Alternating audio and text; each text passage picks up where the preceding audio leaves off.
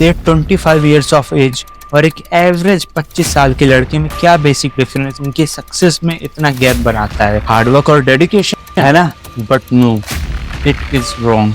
Don't worry, मैं Indian education को सिर्फ यहाँ से कोर्स कर नहीं जाने वाला हूँ, क्योंकि ये मेरे देश के करोड़ों स्टूडेंट्स में से हर एक बच्चे के लिए है ये video. Because this society does not let us realize the reason, क्योंकि हमें प्री डिसाइडेड चीजें ही सिखाई जाती हैं जिससे बेस्ट वर्जन बनना इम्पॉसिबल हो जाता है for a average middle class student. It was 16 अप्रैल 2024 जब मैंने आईटी कानपुर के सेकेंड ईयर्स के एग्जाम जस्ट खत्म करके रिलैक्स ही कर रहा था, तब मैंने एक ऐसा इंटरव्यू देखा जिसने मेरे सारे डाउट्स क्लियर कर दिए। And it was For me, there's been no struggle and no sacrifice. I am doing what I love. आप अपनी हार्ड वर्क को स्ट्रगल बोल के उसको ग्लोरीफाई कर सकते हो, उस पे चेरी ऑन टॉप लगा सकते हो। I am just grateful actually. मैं बहुत अपने आप को एक प्रिविलेज पोजीशन में मानता हूँ कि I am getting to do what I always love to do. I play a sport, which is my profession. इसमें साफ साफ समझ आ रहा है that what he does is not struggle। आप इस वर्ड को यूज कर सकते हो ग्लोरीफाई करने के लिए, जैसे वो इंटरव्यू कर रहा था। न्यूज एंड मीडिया का एक ही काम है, बस हेडलाइंस बनाना कि देखो देखो कितना स्ट्रगल किया है इन्होंने, इतना ज्यादा, और कॉमन मैन और एक रिच गाय में और ज्यादा मेंटालिटी गैप बन सके। उनके हार्डवर्क को स्ट्रगल का नाम देना चाहते हैं। इनका तो प्रोफेशन एक स्पोर्ट्स है जो वो कभी भी कर सकते हैं, आप उनसे कहोगे तो। और उनको अच्छे खासे बहुत अच्छे खासे पैसे भी मिल रहे हैं इस काम के।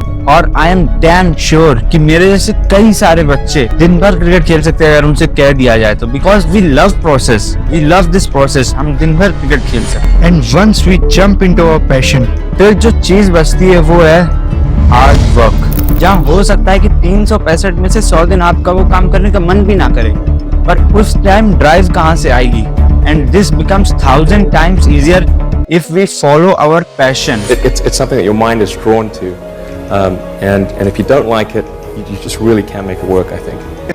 When you have a vision, everything becomes easy.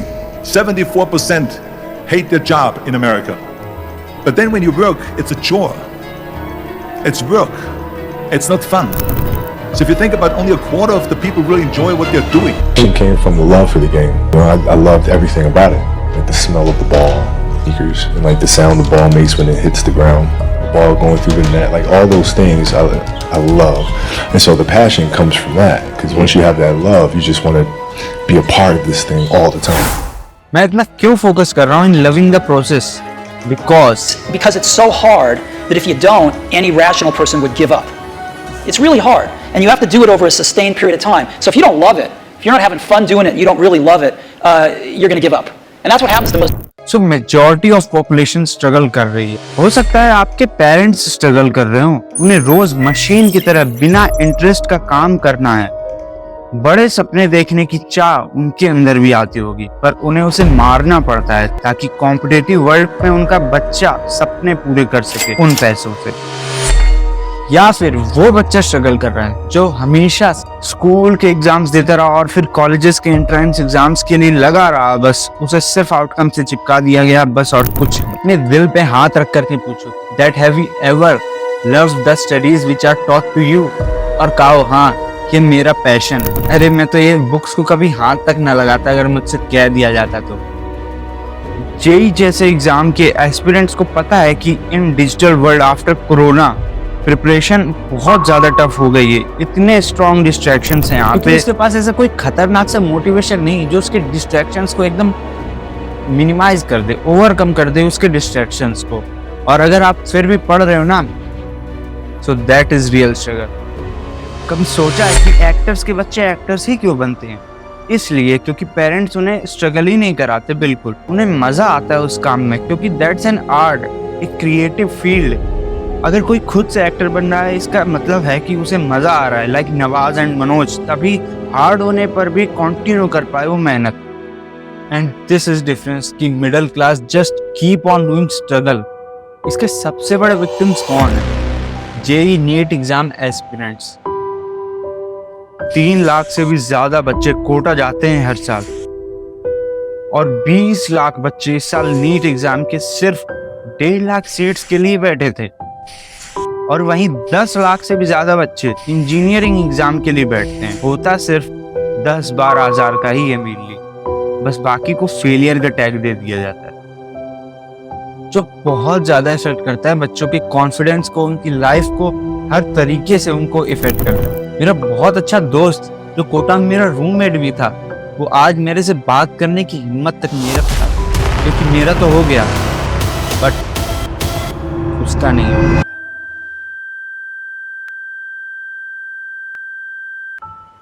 बच्चे 2 साल में कोटा से निकल जाते हैं, कोटा सालों तक बच्चों से नहीं निकलता। मैंने कोटा में बहुत सारे बच्चों के रूम के बाहर AIR 1 लिखा हुआ देखा था। वो लोग सोचते हैं कि अरे उसने कर लिया तो मैं भी कर ही लूंगा, मेहनत ही तो करनी है ना, कर लूंगा मैं। सो वेट, टॉपर्स की कुछ रियलिटी से सामना कराता हूँ। बस लीव द एक्सेप्शंस की उनके पास कुछ ऐसा अनरियल एक्स्ट्राऑर्डिनरी मोटिवेशन आ गया हो कि जैसे 12th फेल जैसी मूवीज में दिखाते हैं कि उनके पास और कोई ऑप्शन ही नहीं बचा है, मेहनत करनी ही करनी है उस काम में। If we come to toughest Indian exam JEE advanced, इसमें 1.5 से 2 साल प्रिपेयर करने वाले टॉपर्स में मैंने कुछ ऐसे फैक्टर्स देखे हैं जो एक नॉर्मल बच्चे और एक टॉपर बच्चे में डिफरेंस क्रिएट करती है। Okay, what about social media? I do not have much social media. Even when it comes to WhatsApp, I use my mother's phone number. But it wasn't a complete distraction for me because it helped me to relax in between study hours and also use WhatsApp to like clear doubts with my teachers. I have deleted all the social media accounts from my phone. I use the phone only for my studies purpose and all. Were there any distractions during your preparation? No, you were completely focused. Yes. But तो JEE advanced AIR 209 overall मेरे को लगता है कि toppers distract कम होते हैं as compare to normal students. Do you think that कि एक एवरेज 15 से 17 साल का लड़का या लड़की जो अपना घर छोड़कर आते हैं कोटा JEE नीट प्रिपरेशन के हक में, वो इतनी आसानी से डिस्ट्रैक्शन से बच पाएंगे? I don't think so. उसे ही पता है कि कैसा लगता है जब उसे रियलाइज होता है कि उसका सारा दिन तो स्मार्टफोन खा गया। वो गिल्ट से बच नहीं पाता, इतना ज्यादा गिल्ट होता है। मैंने बहुत सारे बच्चों से बात की जो कहते हैं कि स्मार्टफोन ने मेरी प्रिपरेशन खराब कर दी। वो कहते हैं कि अगर ये ना होता एटलीस्ट मैं अपना फुल पोटेंशियल तो दे पाता।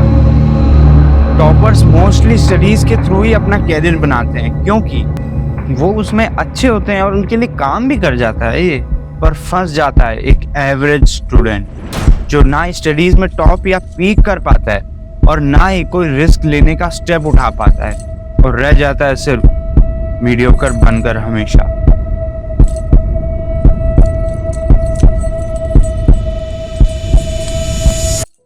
उन्हें तो पैशन और सेल्फ मोटिवेशन जैसा कुछ एक्सपीरियंस ही नहीं हो पाता है कभी लाइफ में। कैरन आर्नोल्ड जो बॉस्टन कॉलेज के एक रिसर्चर हैं, उनकी 81 टॉपर्स पे रिसर्च से पता चलता है कि 90% टॉपर्स प्रोफेशनल कैरियर में हैं, जिनमें 40% हाई टियर जॉब कर रहे हैं। वो ये भी कहती हैं कि टॉपर्स ने वही पाथ चुना है जो पहले से चला जा चुका है, कोई नया पाथ बना के नहीं दिया उन्होंने। They walk on well-traveled path mostly. और हाँ, there is no guarantee of school toppers to also become JEE toppers. Many can't even come to IIT. I talked about JEE Advanced के अंदर जो 1000 के अंदर अंडर 16, अंडर 2000 ये ranks लाते हैं और कुछ एक्सेप्शंस को भी अगर इंक्लूड कर ले तो उनकी बात की है मैंने मोस्टली टॉपर्स के वीडियोस के कमेंट सेक्शन में ऐसा देखा है कि बच्चे लिख देते हैं कि नेवर ट्रस्ट अ टॉपर। ऐसा इसलिए होता है क्योंकि नॉर्मल एवरेज बच्चा उनसे रिलेट ही नहीं कर पाता है। उनकी स्ट्रेटेजीज को आप अगर फॉलो कर पाओ तो आपकी एफिशिएंसी बढ़ सकती है, पर आप जिस प्रॉब्लम्स में, जिस दलदल में आप फंसे हो ना, एक एवरेज बच्चा फंसा है ना, उससे वो नहीं निकाल सकते। उससे सिर्फ वही निकाल सकता है जो उस दलदल से निकल करके आया हो। अगर आपको कंसिस्टेंट रह करके एवरेज से एक टॉपर बनने तक की जर्नी कवर करनी ना, तो ये 4 चीजों में से एक चीज होनी ही पड़ेगी। एक्स्ट्राऑर्डिनरी मोटिवेशन जैसे मूवीज में दिखाते हैं, कोई ईगो हर्ट हो गया हो या कुछ बदला, कुछ भी which is rare in real life, या फिर टैलेंट हो आपके पास जिससे हार्ड वर्क करना उसमें आपके लिए आसान हो जाए, या फिर आपका इंटरेस्ट हो उस काम में, means you love that process, या फिर फोर्स फोकस जैसे आर्मी में होता है, या मतलब आपने कुछ करके अपने पेरेंट्स के साथ रह करके कुछ भी करके सारे डिस्ट्रैक्शंस को खत्म कर दिया। ये 4 चीजों में से एक तो होना ही पड़ेगा। बाहर के लोगों को लगता है कि आईटी कोई जादुई जगह है, जाओगे तो बस टॉप पैकेज लग ही जाएगा, पैसों की बारिश होनी ही होनी है। पर नहीं, ऐसा यहाँ एक स्पेसिफाइड स्ट्रक्चर है। हर बच्चे से एस्पिरेशंस होते हैं यहाँ पे। हर बच्चे को एकेडमिक्स में तो एक्सेल करना ही करना होता है, और साथ में हैवी कोडिंग तो मैंडेटरी समझ लो, और हाई पैकेज तभी जाके लगता है टॉप एमएनसी। बट रियलिटी क्या है आईटीएंस की? More than 80% of students here don't like studies. वो सिर्फ एग्जाम की वजह से ही पढ़ते हैं। They don't like the syllabus which is taught here.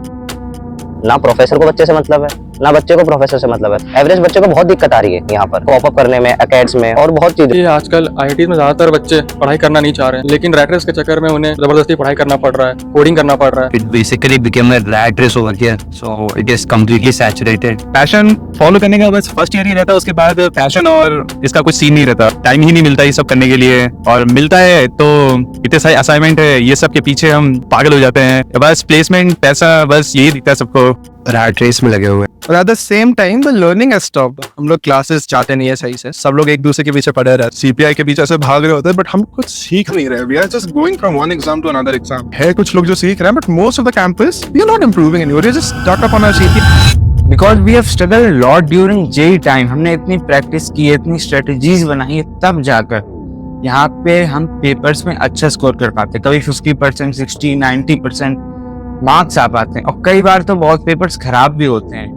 मुझे 100% पता है मोस्टली बच्चों के कभी न कभी 0 मार्क्स आए ही है यहाँ पे। मेरे भी आए हैं कभी ना कभी, तो कभी एक हफ्ता पहले पढ़कर, कभी एक रात पहले पढ़कर, और कभी कभार तो बिना पढ़े भी चले जाते। कई बार तो ऐसा होता है कि बच्चे सिर्फ अटेंडेंस लगा के भाग जाते हैं। यहाँ बच्चे तो कहते हैं कि हम खुद ही पढ़ लेंगे, जब टाइम आएगा एग्जाम्स का तो पढ़ लेंगे भाई, पढ़ लेंगे। और मान लो गलती से भी प्रॉफ ने अटेंडेंस क्राइटेरिया हटा दिया ना, तो उस कोर्स में घंटा कोई आता है, 3 से 4 बच्चे बचेंगे बस। सो देख लो, ये है passion toward studies in IITs. इस साल कितने ज्यादा सुसाइड्स हुए हैं आईआईटी में। This is me doing protest against IIT Kanpur, जब यहाँ सुसाइड्स हुए थे एकेडमिक प्रेशर की वजह से। अकेले पड़ जाते हैं बच्चे इस पढ़ाई के बोझ में। ये तो वो हैं जिन्होंने वो स्टेप उठा लिया, तो सोचो कितने बच्चे होंगे जो इस हालत से गुजर चुके होंगे, पर किसी रीजन से उन्होंने ये स्टेप नहीं उठाया। आईआईटी कानपुर की रिसर्च के हिसाब से 80% PhD students have faced anxiety and mental illness, और 34% एक्टिवली इन सब से जूझ रहे हैं, और 62% जो कभी काउंसलिंग की हेल्प ही नहीं लेते हैं। और कम से कम 60% बच्चों ने एक बार जरूर सोचा है कि ये सब ड्रॉप कर देते हैं। भाई साहब, इन चीजों को ये मतलब बिल्कुल नहीं कि आईआईटी नहीं आना। आपको यहाँ बहुत सारी अपॉर्चुनिटीज मिलती है एक्सप्लोर करने की और नेटवर्क करने की। सबसे आईआईटी तो आना है, जो एनवायरनमेंट और कहीं नहीं मिलेगा, और रिस्क भी काफी कम हो जाता है। होपफुली अगर पैकेज चाहिए तो कन्वेंशनल अपॉर्चुनिटीज है यहाँ काफी, जैसे software, finance, managing, analyst, core except and many more roles are here. ऐसी चीजें अगर स्टूडेंट्स को पसंद आ गई तो बहुत अच्छी बात है, अगर नहीं भी आए तो करना तो पड़ेगा ही, क्योंकि हम मिडिल क्लास से आते हैं। यहाँ पे घर से सिर्फ 3 चीजें बोली जाती, प्लेसमेंट, प्लेसमेंट और प्लेसमेंट। यहाँ आईआईटीज में टॉप स्टूडेंट्स लाए जाते हैं, तो नॉर्मल कॉलेजेस में क्या हाल होगा? Stampede like situation captured on camera, hundreds of youngsters turning up for a job interview organized by a private firm which had just 10 vacant positions. बेरोजगारी का आलम छा रहा, मतलब ये महंगी 8वीं, और बच्चों ने अपने डॉक्यूमेंट बीटेक, एमटेक, इतने बड़े क्वालिफिकेशन वाले बच्चे भी तो एक पीएन की पोस्ट के लिए अप्लाई कर देते। बेरोजगारी इतनी बड़ी हुई है कि भाई बच्चे मतलब कुछ कर ही नहीं पा रहे हैं, कुछ उनका रोजगार ही नहीं है कुछ। तो मतलब पीएन की पोस्ट भी आज के टाइम में ना सरकारी नौकरी के बराबर हो रही है। बच्चे है ना सोच रहे हैं कि भाई कुछ ना कुछ किसी चीज़ में स्कोप बंदे का। तो मेरे तो यही राय है कि भाई छोटी मोटी कोई भी पोस्ट हो अपना सब में ट्राई करो, बंदे का लक कहीं भी चल सकता है ना। कांस्टेंट प्रेशर झेलना पड़ रहा है बच्चे को।